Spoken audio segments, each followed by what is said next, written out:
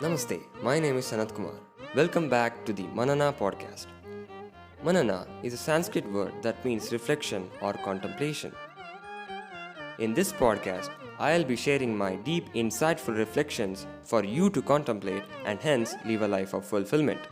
I hope you find great value in today's episode. In the episode, one thing that distinguishes excellent students, and in the episode, the second key for students of lifelong learning, we discussed what crucial things students can do to extract most from a master. In this episode, we'll look into the role and power of a guru or master's presence. Like I mentioned in the episode, the tragic drama, simply converting text to speech or presenting data is not teaching. In that episode, we were talking about the screwed system. As you know, this episode is not about the system. This is specifically if you are learning out of the system. Who is a master? A master is not simply a converter or interpreter of a text or data. A master is someone who is giving more value than he is taking. He is the active, live example of the knowledge he is teaching. He has already practiced what he is teaching innumerable times. And when I say he is an active example, I not only mean that he has practiced what he is preaching, but also he is the proof of what kind of person and living or lifestyle that can be attained through what he is teaching. Study the master. If you think you've achieved more than him or equivalently, then don't join as a disciple under him.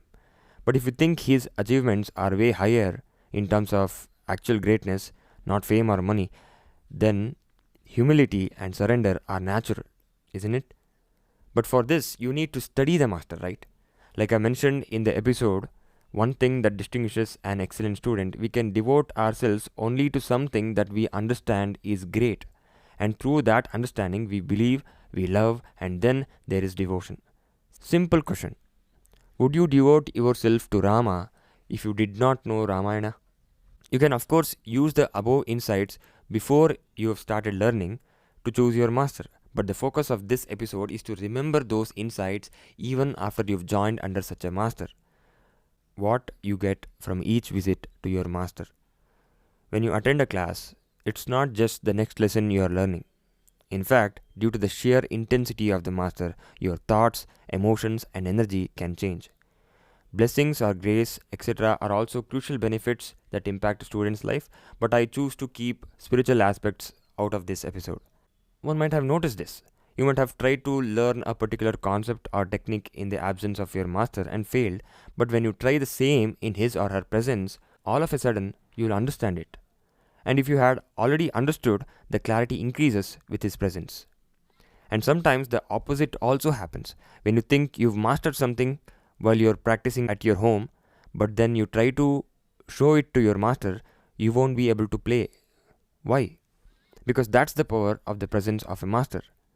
His very being makes you see the truth. If you're not able to perform well in front of your master, that means the level of clarity you have on that specific topic is still not enough. That's all. In other words, you have not mastered that topic yet. A master's presence can be very powerful, no doubt.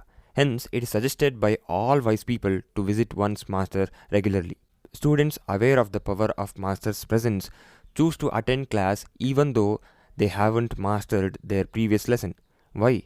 Because they know from their experience that sometimes what they couldn't figure out even after cracking their heads for hours on their own could be possible within minutes through the master. That said, I'll give something more concrete for you to ponder and have access to as a mental model to understand the role of a guru or master. So imagine there are two axes, X and Y. On the X axis, on the right hand, we have practiced. On the left hand, we have unpracticed. And on the top, we have known. And on the low end of the y-axis, we have the unknown. A student's practice and work is only in trying to move from the known but unpracticed quadrant to the known and practiced quadrant. The rest quadrants are handled by your master. First, the obvious one. He shows you what you do not know and you haven't practiced. That is, the new stuff you know nothing about. The unknown unknowns.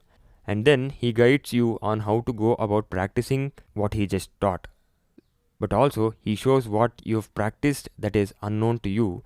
It may be mistakes or a feature. And finally, Even in the known and practiced quadrant, the master has a role to play. He not only verifies whether the known and practiced is correct, but also he ensures that the student practices the known in the first place by motivating them to do so. Yes, the role of a master is in all the quadrants. Imagine learning without a master and hence having to handle all these processes I just mentioned. By this graph, I think it's very clear why a master is considered a beacon of light, a guide that takes our hand and moves us onto what's unknown terrain for us with his thousands of hours of exploration and experience on it. I hope you received excellent value in today's episode. To know more, head over to sanatkumarnahibi.com, and if you haven't already, check out my book The Flower of Fulfillment. Thank you for listening, and I wish you have a great day.